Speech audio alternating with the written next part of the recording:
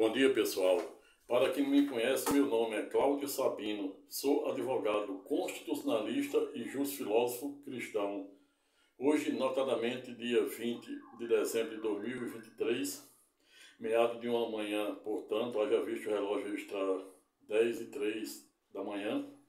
Estou voltando aqui para finalizar o nosso ano corrente, nosso ano civil, notadamente nesta semana que se comemora o Natal e a próxima encerra-se o presente ano com o clássico Réveillon. E esta fora exatamente a razão pela qual, no presente momento, fui literalmente instado ou provocado, para não dizer inspirado, a fazer uma breve reflexão, que também, em que pese, terá o condão de uma reflexão e de uma retrospectiva do que houve de mais importante no Brasil e no mundo, sob a perspectiva econômica, geopolítica, e aí estamos a falar da guerra duelada entre a Rússia e a sua vizinha Ucrânia, que já dura expressivo mais de um ano, seguida pela mais jovem guerra santa, qual seja a duelada desde o último dia 7 de outubro do corrente ano, na ocasião em que o grupo terrorista Hamas atacara o sul de Israel e fizeram com que até o presente momento, em que pese, já tivesse quase 2.000 mortos do lado de Israel e do outro quase 20.000, ou seja, uma guerra literalmente desproporcional, como tão bem pontuei em um vídeo feito especificamente acerca dos contornos e alcances da guerra duelada há mais de 2 meses entre o Estado soberano de Israel e o grupo terrorista Hamas, e que por via reflexa acaba de forma injusta atingindo milhares e milhares de pessoas palestinas que vivem tanto na faixa de Gaza, que são em torno, antes da guerra, 2.300.000, e do lado da Cisjordânia, comandada pelo grupo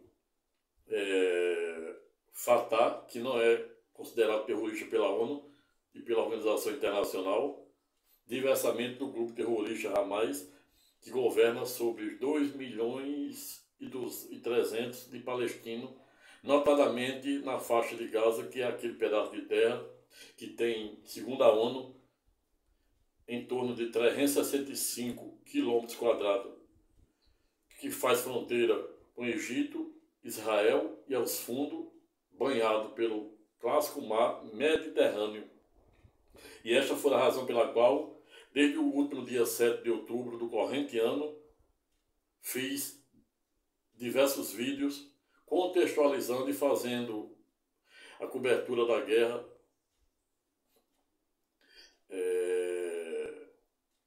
entre o grupo terrorista Hamas e o Estado soberano de Israel, sob uma perspectiva teológica, pois se trata de uma guerra eminentemente santa, envolvida pelas 3 maiores religiões monoteístas do mundo, a saber, o cristianismo, cujo número de adeptos em que pese gira em torno de 2,5 bilhões no mundo, a segunda do ranking, a saber, o islamismo, se aproximando de 1,5 bilhões, e as estatísticas e prognósticos em que pese apontam que até ido do ano de 2050, com efeito, dado o número, tende a se igualar ao número de cristãos no mundo.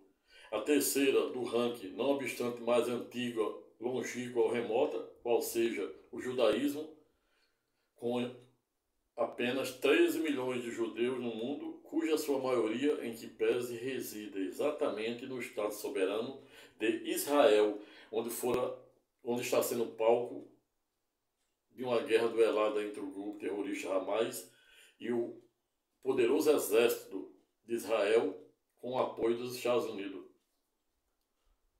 Mas isso aí já foram objeto de diversos vídeos aula que você pode acessar no presente canal. Mas o que me trouxe, ou trouxeram hoje aqui, para finalizar este ano civil, notadamente em sede desta semana, meados desta semana de Natal, foi exatamente o propósito de fazer uma reflexão, sem ter a menor pretensão de esgotar a matéria, tampouco fazer nenhum demérito àqueles que, por algum viés ideológico, político, filosófico, teológico e jurídico, ao revés, pensa em sentido contrário, pois isso é democracia, como defendia o grande premier, por que não dizer, um dos maiores primeiro-ministros britânicos, qual seja Winston Churchill, quando discursara na Casa dos Comuns de Iso de 1947, na ocasião não olvidando em dizer que a democracia é o pior dos regimes, à exceção dos demais, ou seja, o Churchill estava exatamente querendo nos dizer e nos ensinar, em uma síntese estreita, que por pior que seja o regime democrático, em que pese, ele será ano-luz melhor do que qualquer regime ditatorial ou autocrata, como o da Rússia, como o da Arábia Saudita, como o da Coreia do Norte, como do Irã, do Iraque, gerido e regidos por esses sistemas de monarquia absolutista, de terrorismo, no caso do Hamas, no caso do Hezbollah, etc. E aí me vem à mente aqui o que dizia uma ex-presidente do Brasil, qual seja, Dilma Rousseff, que hoje preside o Banco Internacional, o BRICS, ganhando aí 10 vezes o que ela ganhava como presidente da República. Para quem é novidade em dizer que mais vale o barulho das revoluções ao silêncio da ditadura, remontando exatamente essa ideia defendida em idos de 1947 pelo grande premier britânico, a saber, Sua Excelência o Primeiro-Ministro Winston Churchill, quando dissera, em uma síntese estreita, ser a democracia o pior dos regimes, à exceção dos demais.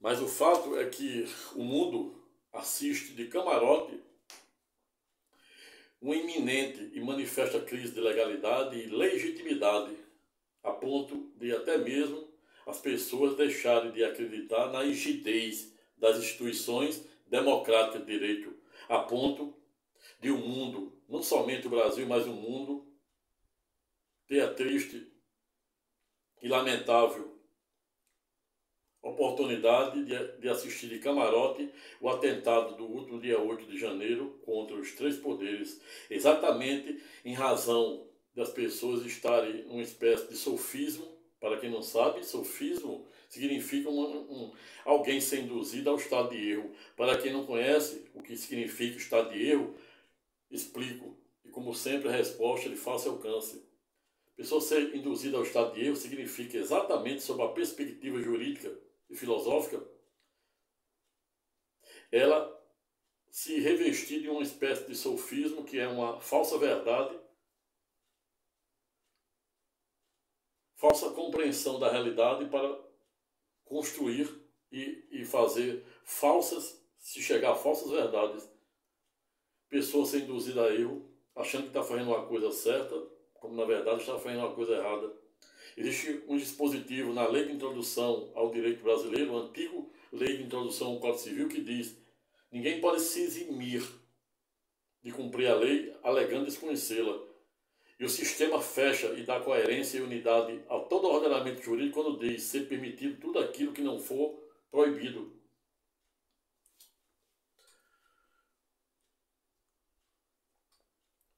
Razão pela qual, no presente momento, resolvi criar o presente título, abre aspas, Natal e Ano Novo. Tudo novo ou mero rito de passagem, à luz de fato, valor e norma? Fecha aspas. Eis a questão, como defendia o grande premier ou por que não dizer, um dos maiores poetas de todos os tempos britânico, qual seja William Shakespeare, para quem certa feita não ouvidarem dizer, existia entre o céu e a terra ano-luz mais coisa do que a nossa vã filosofia imagina. E aí me vem à mente outro grande filósofo, pensador francês, matemático, era físico e filósofo também, qual seja Blaise Pascal, em Ise do ano de 1900, que morreu em 1961, ficou conhecido e famoso como um dos grandes mentores, um grande protagonista dessa ideia de probabilidade, a ponto de, na época, se dirigir para os ateus e dizer que o homem que não acredita em Deus, se realmente Deus existir, para os céticos, como os ateus, pelo viés teísta ou ateísta, ele terá muito a perder, quiçá talvez seja muito tarde. Ao revés, para aquele que crê, aquele que é verdadeiro cristão, na acepção jurídica do termo, porque existe uma diferença entre crer e ser cristão. Todo cristão crê. Todavia, todo cristão é crente, mas nem todo crente é cristão. Até os ateus são crentes, porque para crer, para ser crente, basta crer em algo. Então, para até os judeus se declarar judeus, como muitos se declaram aí, até judeus não praticantes, como os católicos, e eu nunca vi algo tão engraçado, um ateu se declarar ateu não praticante, e aí eu admiro a honestidade intelectual do ateu que se declara não praticante. É como se realmente ele estivesse em cima do muro, e quando o bicho pegar, ele pula para dentro como se pudesse, pois só há o que se falar de salvação em vida e morte jamais, sob o aspecto teológico. Outro sim, por via reflexa, também não é nem um pouco demasiado no ponto lembrar.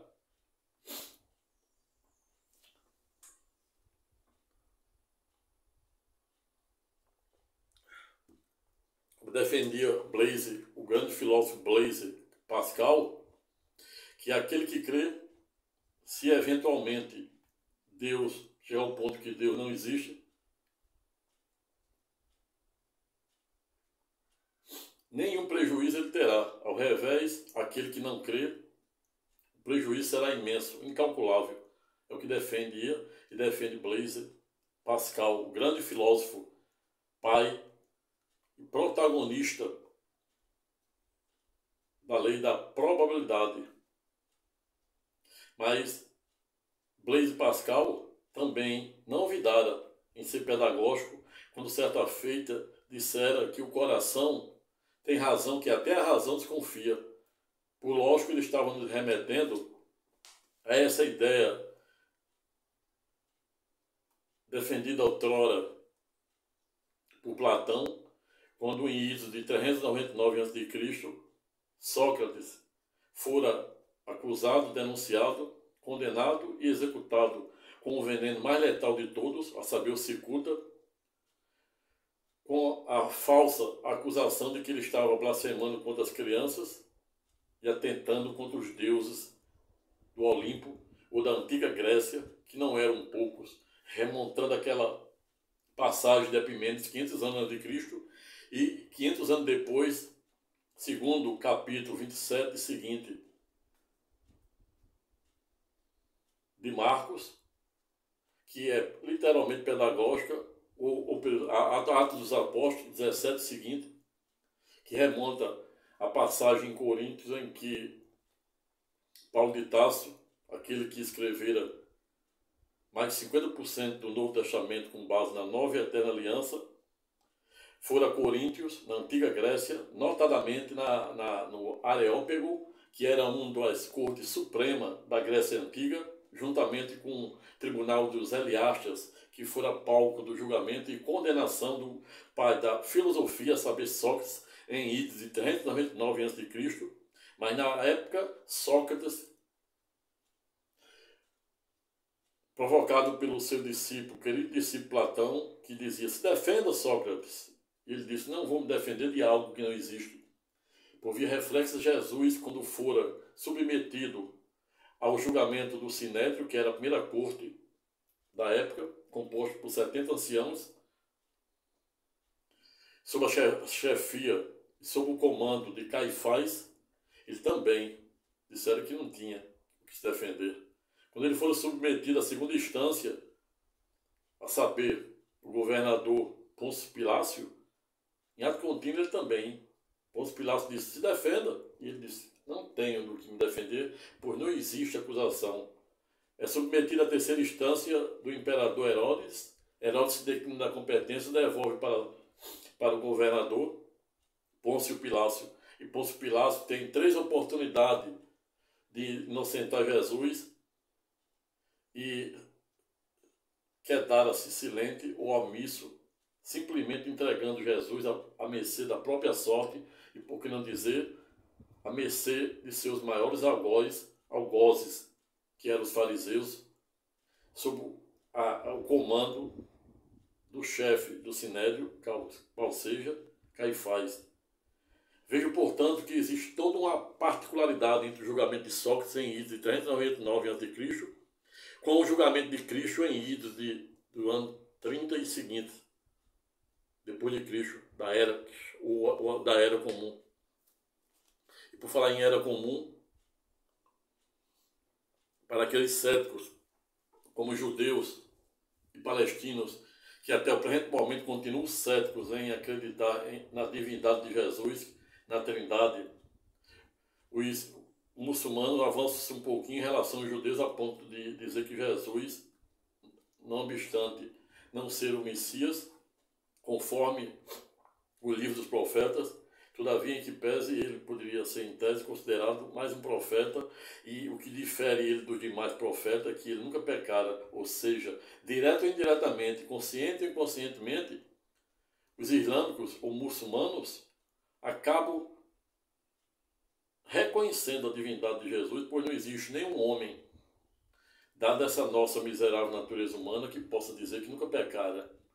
E aí me lembra aqui João Calvino, um dos grandes protagonistas da segunda reforma protestante na França, para quem defender a tese da soberania divina de Deus, a ponto de dizer que Deus é poderoso de tal maneira que ele só salva quem ele quer, ou seja, remontando essa ideia de seleção. E João Calvino, em tese, não estava errado, pois observamos que Deus derrama a sua unção de caráter comum para bons, ruins, justos e injustos. E não à toa, o mesmo sol que ilumina o dia dos bons, por via reflexo, é o mesmo sol que ilumina o dia dos ruins. Assim como o mesmo sol que ilumina o dia dos justos, é o mesmo sol que ilumina o dia dos injustos. A mesma chuva que rega a lavoura dos bons e dos ruins é a mesma que rega a lavoura dos justos e injustos. Exatamente para Deus mostrar o tamanho de sua grandeza diante de todos nós. Mas Deus tem o seu galardão ou a recompensa para os seus queridos. No passado, eles escolheram Noé. Estabeleceram um prazo de graça, um estado de graça, um período de graça de 120 anos, para Moisés pregar para a população se arrepender da época. O fato é que mesmo depois de 120 anos, Moisés não conseguiu uma alma, razão pela qual ele, sua família e um par de cada casal foram os únicos agraciados com salvo-conduto, com o advento do dilúvio, cuja duração fora de 1 ano. Em Sodoma e Gomorra, Deus mandara 2 anjos para destruir Sodoma e Gomorra, que estava ipsilícia, ou seja, literalmente depravada na acepção jurídica do termo. Abraão intercede diante do Todo-Poderoso, pedindo clemência para ele não destruir Sodoma e Gomorra. O Todo-Poderoso retruca para Abraão: me dê ou dei-me uma razão para eu não destruir essas 2 cidades depravadas.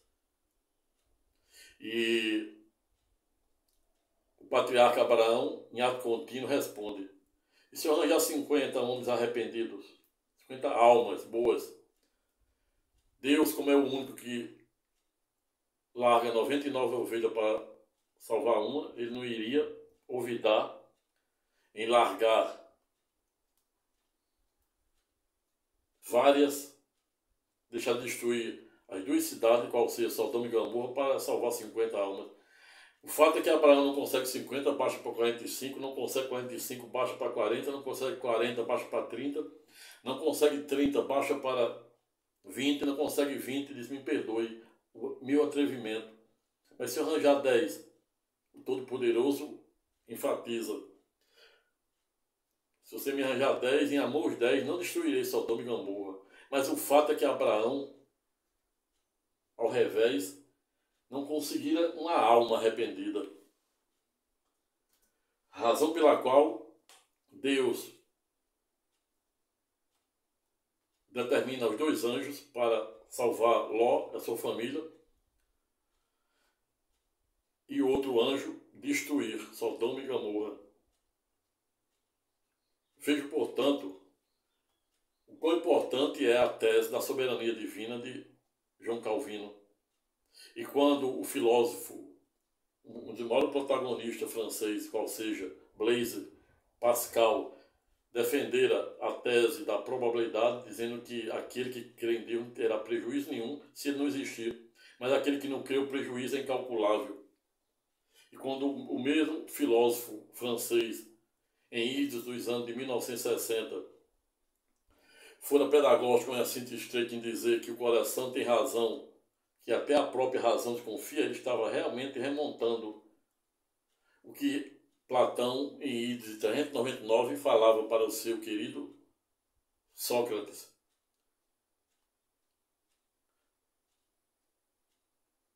Ou seja, Platão, na verdade, dissera que não sabia bem o que era verdade. E Platão diz que entendia como verdade ou justiça algo não empírico, ou seja, algo que é ligado ao quê? Ao coração. Vem Aristóteles falando de verdade e de justiça, fora pedagógico também em dizer o que entendia como justiça. Justiça para Aristóteles, que foi um grande professor do imperador da Macedônia, ou seja, Alexandre o Grande. Aristóteles, falando de justiça e de verdade, disse que entendia como verdade algo ligado ao virtus, ou seja, a virtude, remontando essa ideia de meritocracia e também nos remontando ao princípio da isonomia formal e material, cujo primeiro consiste exatamente em tratar todos igualmente, independente de cor, raça, credo religioso, ideologia, e o segundo, qual seja, isonomia material, que consiste exatamente em tratar os desiguais desigualmente na medida de suas desigualdades no limite da lei. O piano, quando estado a falar sobre justiça, ele diz: justiça dá a cada um que é seu. E também fora pedagógico quando dissera que o direito é uma das maiores obras da criação humana. Tentar entendê-lo é entender ou entender uma parte, nós mesmos. Um dos grandes protagonistas do ateísmo, ou seja, Schopenhauer, também foi pedagógico, quando estabeleceram os 3 ciclos da verdade, a ponto de dizer que a verdade ela tem 3 ciclos de resistência e de ceticismo. Bem como, primeiro, a verdade ela é literalmente ridicularizada. No segundo momento, ela é ignorada e somente no terceiro plano é que ela passa a ser aceita como uma fumaça de que algo existe. Não à toa, quando uma mentira, um fake news é dito por mais de uma vez, se torna como verdade, exatamente por conta desse ceticismo. E aí me vem à mente Nietzsche, um dos grandes protagonistas do ateísmo também, que certa feita disse ou dissera que Deus... Nietzsche nunca disse que Deus não existia, ele disse que ele estava morto. Talvez remontando aquela ideia do período interbíblico ou intertestamentário, que consiste exatamente o período em que Deus, tão indignado com a humanidade, passara expressivo 400 anos sem se manifestar para a humanidade, até que veio a nova e eterna aliança, por meio da primeira vinda do verdadeiro leão da tribo de Judá, qual seja Cristo Jesus, na qualidade de servo e cordeiro, no lombo de um jumento, filho de jumenta, para ser o nosso Redentor e sumo sacerdócio na ordem de Melquisedeque.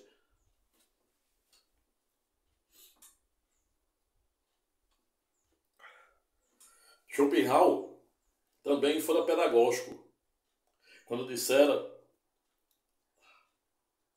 que quanto maior o conhecimento do homem, maior o seu sofrimento.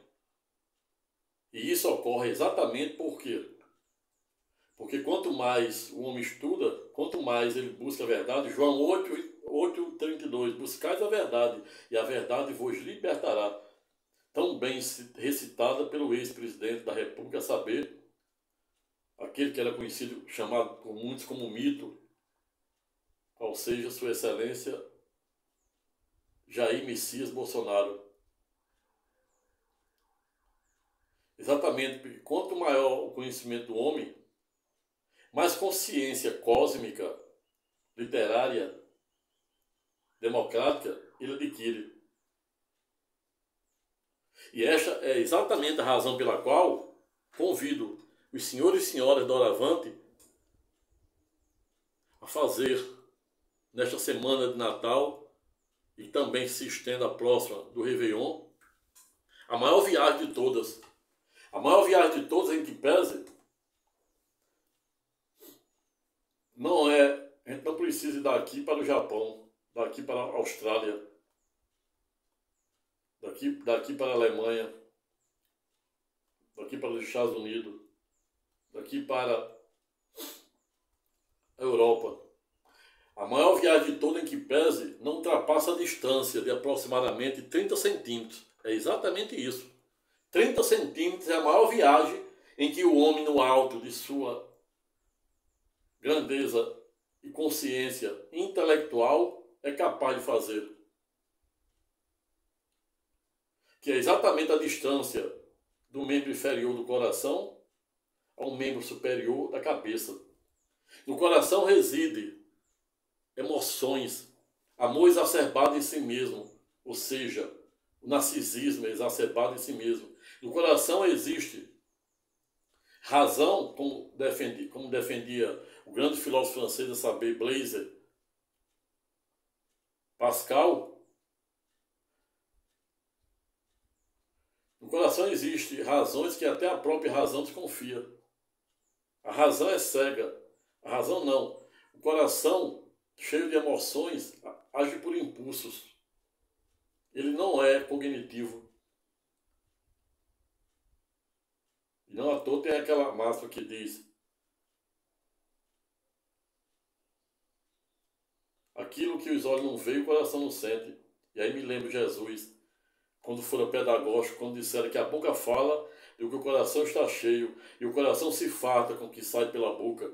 Razão pela qual devemos fartarmos neste Natal e no Réveillon que se avizinha na próxima semana, o nosso coração de coisas boas, a fim de atrairmos a energia cósmica necessária. E aí, por falar em energia cósmica, nos remonta automaticamente à lei da atração, tão bem defendida pelo filósofo Jamie Allen, a ponto de dizer que somos aquilo que pensamos. E aí me remonta também a ato contínuo, o grande protagonista da autoajuda, a saber, Napoleão Hill, quando em início do ano de 1900, um dos maiores magnatas, por que não dizer, o homem mais rico, considerado magnata do aço nos Estados Unidos desde 1990, a saber, Andrew Carnegie, considerado o magnata do aço, fornecia aço para pelo sistema de ferrovia, o sistema automobilístico dos Estados Unidos desde 1900, não olvidara em dizer que não iria deixar sua fortuna para os seus herdeiros, não obstante o mesmo ter deixado os herdeiros bem com o necessário para viver uma vida digna, para viver a dignidade humana. Mas o fato que a grande fortuna deste empresário, a saber, Andrew Carnegie, foi deixado pelos Estados Unidos para museus, universidades, etc. Mas antes disso, ele teve uma extraordinária ideia de procurar um homem, jovem na época, a saber, Napoleão Hill, para lhe propor que ele viajasse o mundo por 20 anos, entrevistasse 6.000 pessoas de sucesso para saber o que eles fizeram para ter sucesso na vida. E aí, hoje, o livro de Napoleão Hill é um dos maiores best-sellers do mundo, um dos 9 livros mais vendidos no planeta. Mas Napoleão Hill, com base em 20 anos de pesquisas, entrevistando 20.000 homens de sucesso, que ele estabelecera 16 princípios de como ter sucesso na vida. E um deles é no sentido de dizer que a pessoa que tem um perfil de fazer somente o que quer, não terá sucesso na vida. E quando eu falo sucesso na vida, entendo-se, não é só financeiro, é pessoal, é familiar, é nas amizades, é espiritual, é intelectual e etc. Lembre-se, contudo, no ponto que o rei Salomão, filho do rei Davi, e para quem não sabe, o rei Salomão governara Israel por expressivo 40 anos, compreendido entre período de Idro de 1321 a 1371 a.C. Mas mesmo o rei Salomão, estando diante do Todo-Poderoso, em que pese, somente fizeram um pedido para o mesmo, que fora por sabedoria para ele governar sobre Israel. E diante daquele simples pedido, pois o rei Salomão estava diante do Todo-Poderoso, podia pedir riqueza, tudo, poder, mas só pedira sabedoria, o Todo-Poderoso, para além de torná-lo o homem mais sábio do seu tempo, em ato contínuo também o tornou poderoso e muito rico. Não existia homem mais rico do que o rei Salomão, razão pela qual ele casou-se com 700 mulheres, todas princesas e ricas, e cada mulher dessas 700, todas princesas e ricas, que ele casava, ele ia agregando a riqueza ao império dele, ao reinado dele. Acha pouco, consegue mais 300 mulheres concubinas, somando-se 1.000. E este fato foi uma das razões pela qual o rei Salomão começou a desviar daquilo que refletia a vontade e o propósito de Deus. Mas o rei Salomão, em que pese, escrevera 3 livros, a saber, Cântico ou Cantares, que retrata a sua primeira vida ideológica que todos nós temos. E ele diz, quem é ela? Quem é ela? Quem é ela? Ela era a igreja de Filadélfia. E no segundo livro, Provérbio, o livro de sabedoria, que é um verdadeiro arcabouço jurídico e sob o aspecto ético e moral de como as pessoas devem regir as suas vidas em sociedade. Escreve o terceiro livro, a saber, Eclesiastes, no sentido de dizer que na vida tem a época de nascer, de viver, de se calar, de falar, de aprender, de morrer. E tudo passa. E o que nos consola é eliminar a certeza de sabermos que podemos contar com o Todo-Poderoso. E é isso que faz a grande diferença entre um ateu, pelo viés teísta ou ateísta, em relação ao homem que crê fervorosamente em Deus, como tão bem defendia o erudito Paulo de Tarso, para quem certa feita fora interceptado pelo Todo-Poderoso, a saber, Cristo Jesus, no caminho de Damasco, e Cristo Jesus o derruba com a tocha de fogo, deixa o cego por 3 dias. Em ato contínuo, aparece em sonho para Ananias e diz, Ananias, estou mandando um homem aí para você recebê-lo, alimentá-lo e batizá-lo, pois de hora avante ele será o meu seguidor e pregador. Ananias diz, como é o nome dele, Senhor? Todo-Poderoso, Cristo Jesus, diz, o nome dele é Saulo de Tarso. É o quê, Senhor? Exatamente, Saulo. Esse homem é o nosso maior algoz, em que pese estava vindo armado até os dentes para nos perseguir, prender, quiçá até mesmo matar. E Cristo Jesus, no alto de sua infinita grandeza, não vidara em dizer para Ananias: não vos preocupeis, Ananias. Estou usando aqui uma licença poética. Pois escolhi Saulo para ensiná-lo a sofrer pela minha causa. E desde a primeira pregação de Saulo até o último suspiro, quando ele fora literalmente decapitado, ele teve a sua vida tentada de morte. Mas o que chama a atenção é que Saulo, antes de morrer, disse ter feito o bom combate.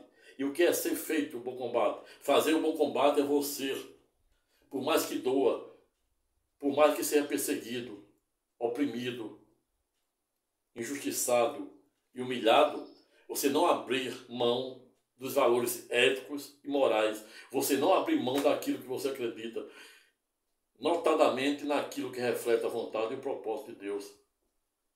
É isso. É exatamente isso que faz a diferença entre o homem que crê e o que não crê. Mas a maior viagem de todas não é aquela que se faz até a Europa, se faz até a Austrália, o Japão, a Rússia. E sim aquela que não leva a distância de 30 centímetros, que é exatamente a distância entre o coração e a cabeça. No coração está a emoção. Ela não é ponderável, ela é impulsiva. Na mente mora ou reside a razão, composta pelo tino e o tirocino, uma massa muscular de aproximadamente 2,5 kg, segundo a neurociência, composta por 100 bilhões de neurônios, cada uma dessas microcélulas nervosas enquanto células individuais, em que pese, são capazes de se multiplicar em 10 mil novas células elétricas a cada instante. Estamos a falar das clássicas sinapses que se formam no córtex, ou córtex, a fim de mandar as mais diversas mensagens e comandos para o devido funcionamento de todas as células do nosso corpo. Romano 11, 12, 3, 2 é pedagógico, por meio do erudito Paulo de Tarso, quando diz que não devemos nos amoldar ao padrão deste mundo. Devemos, pois, buscarmos, nos renovarmos por meio da nossa mente, para descobrir a boa, agradável e perfeita vontade de Deus. Veja, portanto, o quão fantástico é esta passagem, esse ensinamento de Romanos 12, 32, da lavra do erudito Paulo de Tarso, que escrevera 13 epístolas de Romano a Filemon.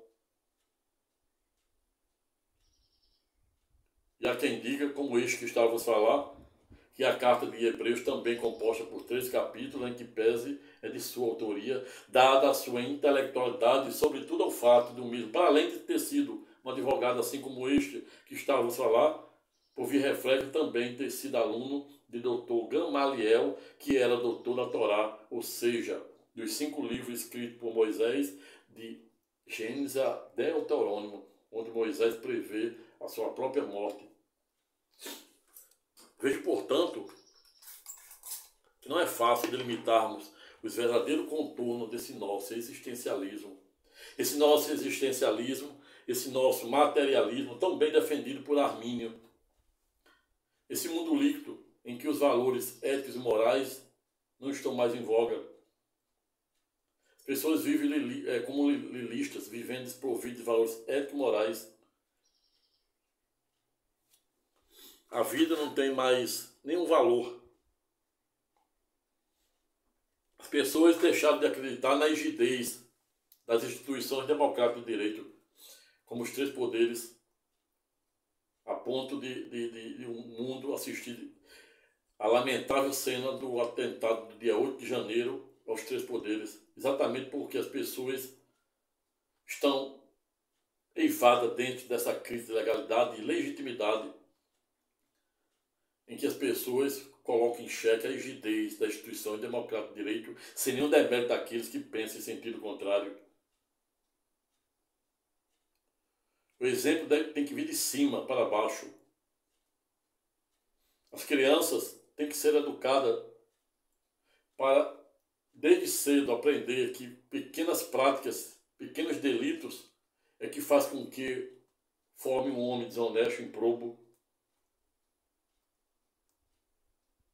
O verdadeiro pai, o verdadeiro professor, como dizia Nietzsche, o verdadeiro professor ensina por prazer. O verdadeiro pai, o verdadeiro professor, o verdadeiro advogado, assim como Deus não diz o que a gente quer ouvir. A gente faz diversos pedidos, ele atende, mas não da forma que a gente pede, pior ainda, dentro de nosso modus operandi, ensino dele. Deus é atemporal, razão pela qual ele não se submete à lei dos homens. Tampouco é nossa vontade. Nós, a gente tem que pedir tudo conforme a vontade dele, não a nossa. A tudo dá graça. Tessalonicenses 5, 15, 18. Pois a vontade não é do homem, e sim do Todo-Poderoso. Somos salvos por meio da graça e por meio da fé. E até mesmo a fé em que pese não pode ser objeto do homem, para que o homem não se engrandeça em detrimento do Deus.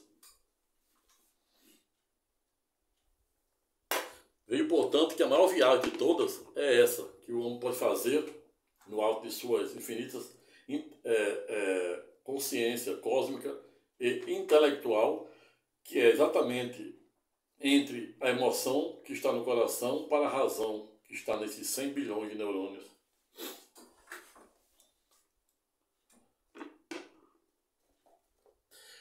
Um dos maiores imperadores, quiçá o maior, a saber, Marco Aurélio, em Roma. Por quê? É considerado um dos maiores imperadores de Roma, porque foi exatamente a partir da saída e da morte do imperador Marco Aurélio que houve o declínio do Império Romano, provando que ele governara em seu período Roma antiga com tanta sabedoria que bastara ele sucumbir para Roma, o Império de Roma, e ao declínio. Certa feita, ele não ouvirá nem dizer que a melhor maneira de nos vingarmos de nossos algozes ou inimigos é não fazer o que eles fazem. É não fazer a mesma coisa que eles fazem. E aí me vem aqui à mente que diz Cristo Jesus, falando para o seu querido discípulo Pedro, Simão, que perguntaram quantas vezes deveria perdoar. E aí Cristo Jesus responde, 7. Ele 7 é 7 vezes 70, 490 vezes. E por que temos tanta dificuldade de praticar o primeiro perdão? Explico, e como sempre, a resposta é de fácil alcance. Temos tanta dificuldade de praticar o primeiro perdão exatamente porque este não é dom do homem. Perdão é dom de Deus. O melhor que o homem pode fazer é desculpar, jogar para debaixo do tapete, e o primeiro surto, o primeiro gatilho que dispara de raiva, vem aquela lembrança, aquela imagem, aquela memória, e ele se transtorna. O que podemos fazer é desculpar e clamar para o Todo-Poderoso por meio do dínamo, do poder do Espírito Santo, poder apagar essa mágoa, esse rancor, essa angústia de Jacó. Somente ele pode, por meio do fogo, do dínamo do poder do Espírito Santo, operar esta obra do perdão. Outro sim, a neurociência também, a pedagógica, quando nos ensina que esse neurônio, de 100 bilhões de neurônios, salvo os casos de traumatismo craniano causado por um eventual acidente doméstico ou profissional, em que pese, a nossa mente jamais esquecerá nenhuma das informações que recebe desde o cordão umbilical até o último suspiro, salvo os casos de traumatismo craniano. E a mesma neurociência, há pouco mais de dois anos, revelaram um trabalho no sentido de dizer que o cérebro humano, naquele momento em que está transitando entre a vida e a morte, em que o homem passa da vida para a morte, a neurociência comprovou que o cérebro apresenta atividade cerebral de aproximadamente 15 minutos ou 900 segundos. E aí, naquele momento, passa um verdadeiro holograma de tudo que você viveu, desde o cordão umbilical até o último suspiro. Por exemplo, você imagina a pessoa que está se afogando, e eu digo isso com experiência própria, que eu era considerado, sempre fui considerado um exímio nadador, sem nenhuma modéstia. Eu gostava muito de nadar. E quando eu via um barquinho lá no mar, achava que era perto. E ia do nado. Quanto mais nadava, parecia mais distante. Mas nunca deixei de ter aquele barquinho, porque quando eu olhava para trás, para ele estava pior. Não sabia como é que eu ia voltar. E certa feita, no meio dessa natação, fui surpreendido por um como é o nome? Aquele rudimuinho de água que me puxou e me puxava para baixo e eu não conseguia sair de jeito nenhum. E naquele momento passou exatamente esse holograma. Tudo que eu tinha passado desde a concepção até aquele momento, remontando essa ideia aí, dessa passagem de 15 minutos que a neurociência comprovada. Veio, portanto, que não é fácil delimitarmos os verdadeiros contornos e alcances desse nosso existencialismo. É muito pobre enxergarmos a vida apenas sob essa perspectiva desse nosso existencialismo, que só Deus, céu e terra passarão, só Deus fica. E a qualquer momento podemos soprar. Quantas pessoas nessa pandemia faleceram, foram embora? Tomei uma informação ontem que um médico, que eu já estava até pensando em fazer a cirurgia, morreu de um infarto fulminante. Então é muito pobre enxergarmos a vida somente sob essa perspectiva desse nosso existencialismo. Razão pela qual devemos recorrermos a algo maior, algo que transcende, que é exatamente a vida espiritual, que é essa, que a palavra de Deus nos ensina.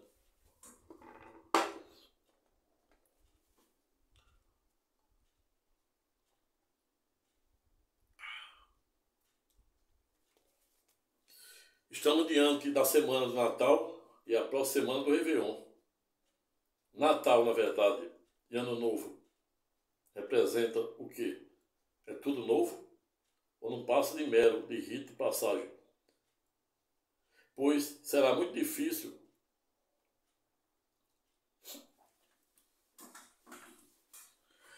conseguirmos resultados diferentes fazendo as mesmas coisas. Razão pela qual o Natal, pergunta-se, o Natal e o Réveillon, tudo novo? Ou não passa de um mero rito de passagem? Pois de nada adianta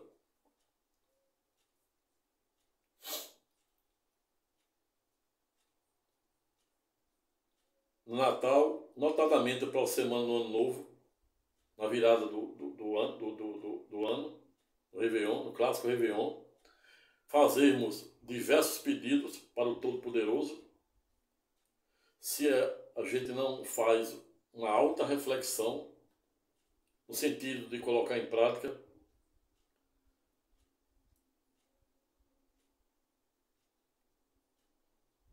práticas diferentes, pois jamais iremos, segundo a neurociência, segundo Napoleão Hill e segundo a própria filosofia e a teologia, conseguimos resultado diferente fazendo as mesmas coisas. E esta é a razão pela qual, sob a perspectiva filosófica e teológica, portanto, tudo que existe ao nosso redor, no micro e no macrocosmo, se faz no mínimo 2 vezes. Ou seja, primeiro se dá no plano das ideias. A gente projeta algo, pensa em algo, existe uma diferença de pensar e ter pensamento. Ter pensamento é você ter diversos problemas, você ter conta e você ficar só pensando. E pensar verdadeiramente é você trabalhar no meio, no método, para você conseguir sanar aquele problema, aquela conta. Então, tudo na vida que a gente observa no micro e no macrocosmo, tudo que existe nesse materialismo, antes ele surgiu no plano mental.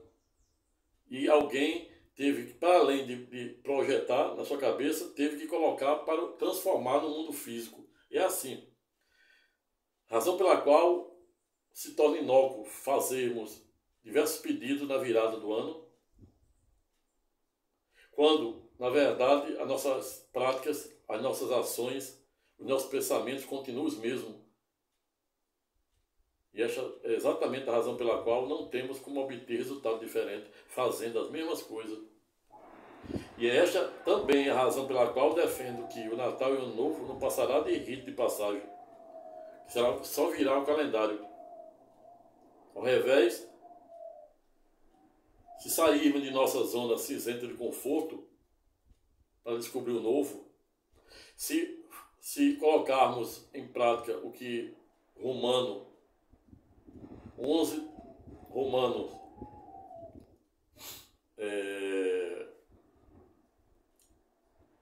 12:32 nos ensina que não devemos nos amoldar ao padrão deste mundo, devemos, pois, buscarmos nos renovarmos por meio da nossa mente para descobrir a boa, agradável e perfeita vontade de Deus.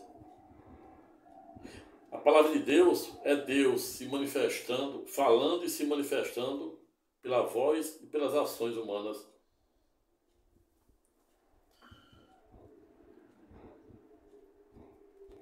Vejo, portanto, que Napoleão Hill também, em um dos seus 16 princípios, é pedagógico em dizer que tubarão nada com tubarão e sardinha com sardinha. Entenda-se como sardinha esse nosso mundo acomodado nessa zona cinzenta de conforto, em quem tem medo de alçar voo, de fazer o novo. Tudo que é novo gera da mais certa resistência ao mais jubiloso fascínio. E as pessoas têm medo de descobrir o novo. Exatamente por conta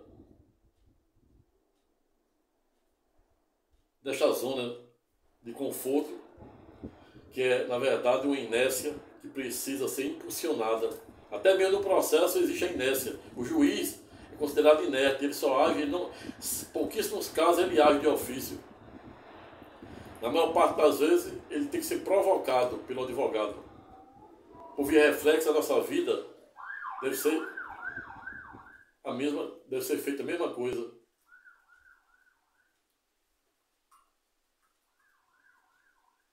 Porque senão não passa de letras mortas.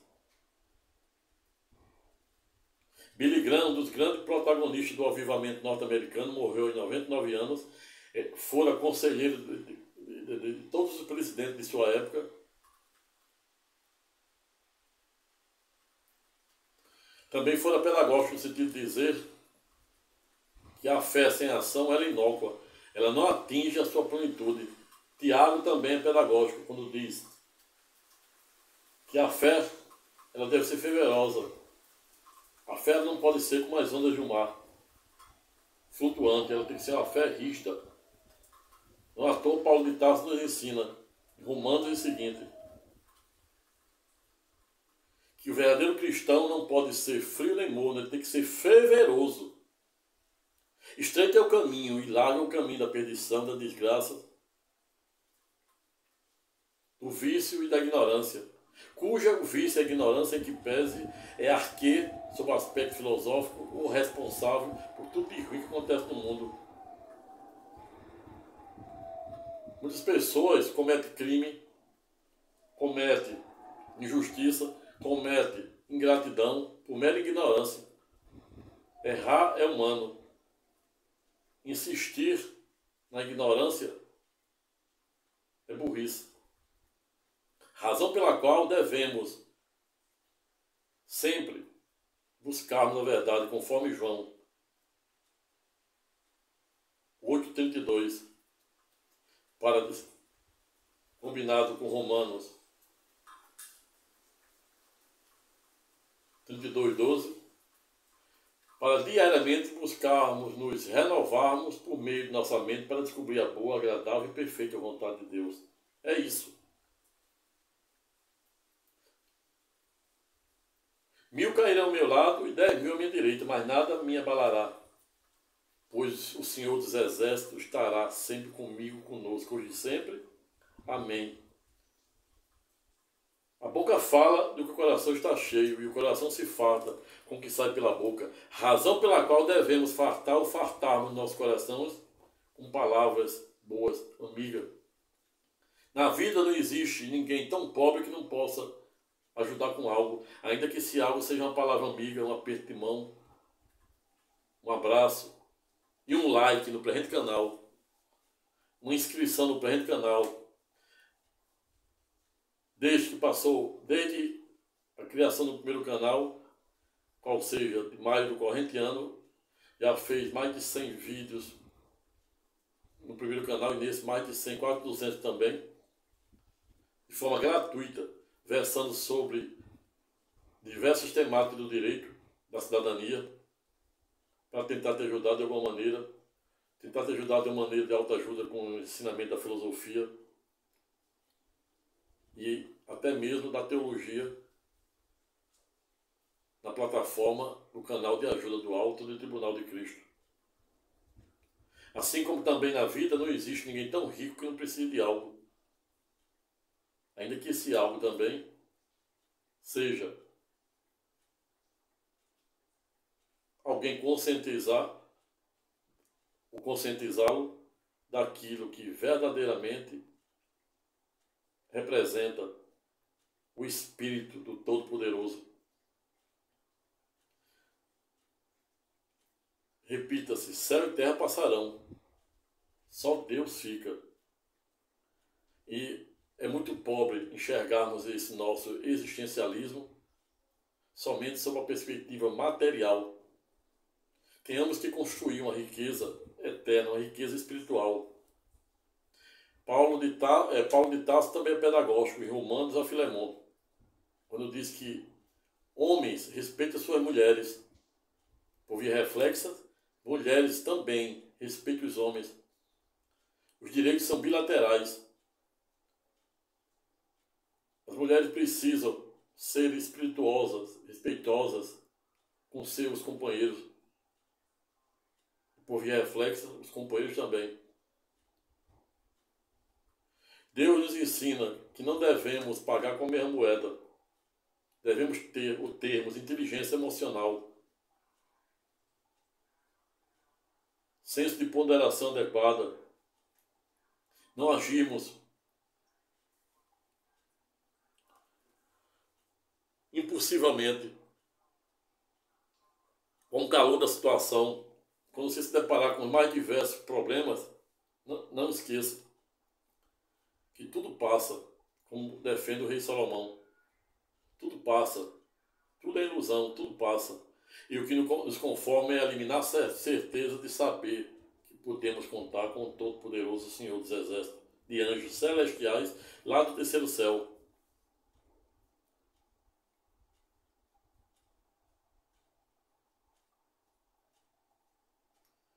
Vejo, portanto, que é muito pobre observarmos ou entendermos esse nosso existencialismo somente sob a perspectiva terrena, física ou material.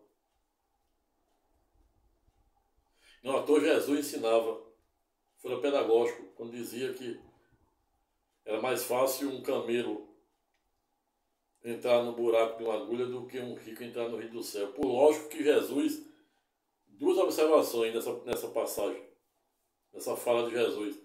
Primeiro que ele não estava se referindo à agulha de costura, e sim às agulhas, o buraco das agulhas da antiga Judá, que era uma espécie de porto de alfândega, onde se cobrava imposto, e tinha uma portinha muito pequenininha que o camelo dificilmente passava ali. No segundo momento ele estava falando, não estava também dizendo que não era a favor de rico, ou você ter riqueza. Se fosse, o rei Salomão só pedia uma coisa para o Todo-Poderoso, que foi para ele dar sabedoria para ele governar diante de Israel. E não à toa, para além de sabedoria, Deus também lhe deu poder e riqueza para governar diante de Israel por expressivo 40 anos, compreendido entre o período de idos de 321 a 371 a.C. O rei Salomão diz: na vida tem a época de nascer, de viver, de aprender, a época de falar, a época de falar, de ouvir. Não à toa, Deus nos deu 2 olhos para enxergarmos mais, 2 ouvidos para ouvir mais, 2 narinas para sentirmos mais, 2 mãos para tocarmos mais, deu os sentidos. Visão, audição, olfato, tato, mas também nos deu a visão espiritual, e somente uma boca. Não à toa que Deus só nos deu uma boca, exatamente para a gente poder ouvir e observar e sentir mais do que se fala.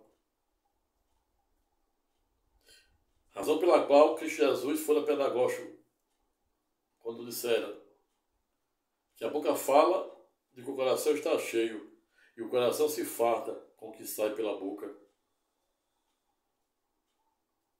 Razão pela qual finalizo o presente estudo temático desde já desejando para todos os ouvintes do presente canal Dr. Sabino, Advocacia News, e o outro Oráculo do Conhecimento da Fé, o primeiro criado em julho do corrente ano e o segundo criado em 4 de julho também do corrente ano. O primeiro com pouco mais de 3 mil seguidores, views,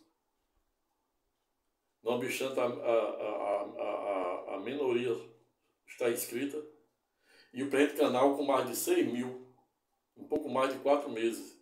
Desde já agradeço a todos e a todas, inscritos e não inscritos, que direto e indiretamente vêm ouvindo, assistindo os mais diversos vídeos que venho postando, apesar de a maioria absoluta não ter ainda se inscrito no presente canal, razão pela qual convido os senhores e senhoras, de forma humilde,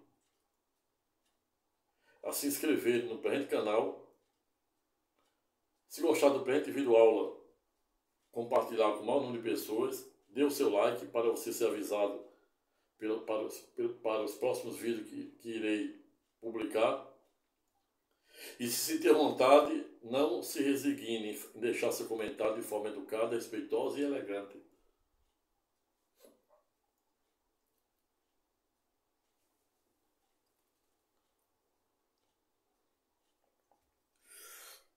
Razão pela qual lembro